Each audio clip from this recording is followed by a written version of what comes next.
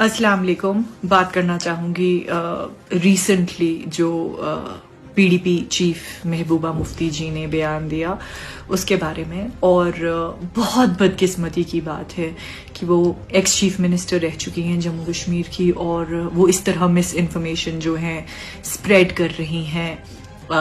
अगर आप एक रिस्पॉन्सिबल सिटीजन हैं तो आपको बिल्कुल नहीं बनता है कि आप जो है फैक्ट्स को डिस्टॉर्ट करके पेश करें, उनको तोड़ मरोड़ करके पेश करें।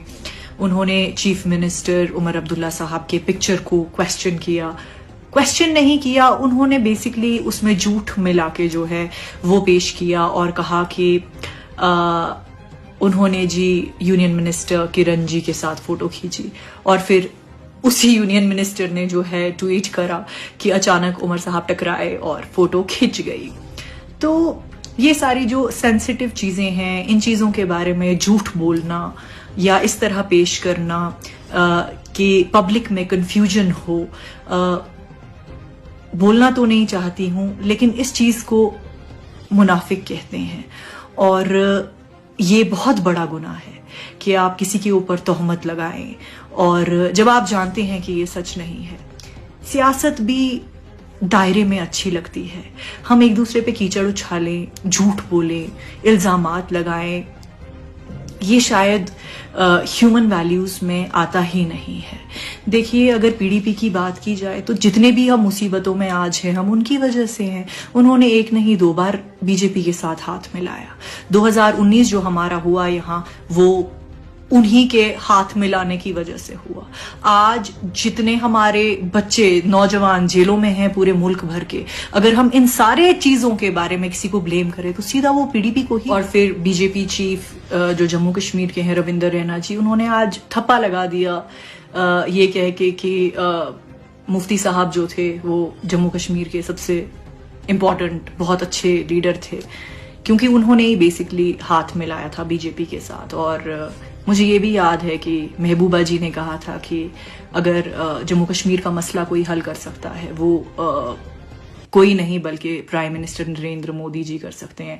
और फिर नरेंद्र मोदी जी ने हमें अपना तरीका हल करने का दिखा दिया 5 अगस्त 2019 में। पीडीपी बेसिकली क्रिएशन ही थी इस तरह की कि जम्मू कश्मीर नेशनल कॉन्फ्रेंस के मुकाबले के लिए एक टीम बनाया जाए।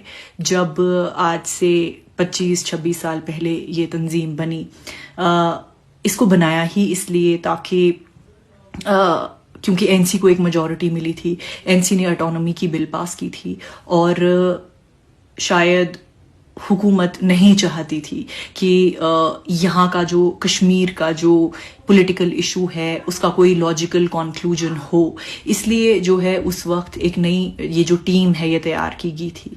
और अगर देखा जाए तो बीजेपी की पहली टीम जो है वो यहाँ पे पीडीपी ही है। और फिर इन्होंने बड़ा अनअपोलोजेटिकली एक बार नहीं 2 बार इनके साथ हाथ मिलाया। एक बार मुफ्ती साहब ने, फिर जब मुफ्ती साहब गुजर गए, बाजी ने कहा I won't burn my fingers for nothing, my father died a sad man, लेकिन उसके बाद भी उन्होंने उन्हीं के साथ हाथ मिलाया हुकूमत बनाने के लिए। और बात समझने वाली ये भी है कि हुकूमत जो है वो पीडीपी ने नहीं छोड़ी, वो बीजेपी छोड़ के चली गई। पीडीपी को फेस सेविंग का मौका भी नहीं मिला उस वक्त। आज जितने भी मुसीबतों में हम हैं वो उन्हीं की वजह से हैं, उन्हीं की बदौलत है, क्योंकि सेक्रेटेरिएट का रास्ता दिखाया और उसके बाद हमारे कवानीन किस तरह खत्म करने हैं उसका रास्ता दिखाया, और आज यहाँ हम फंसे हुए हैं।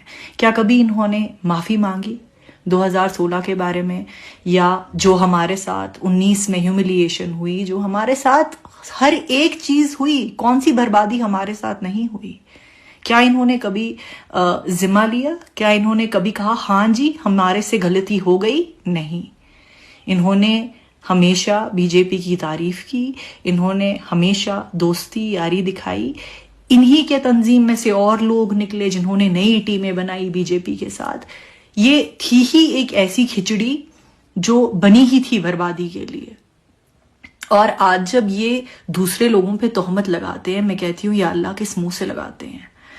थोड़ा सा तो कुछ तो आप एटलीस्ट खुद पे ही रहम कर लीजिए, ऊपर वाला भी तो देख रहा है।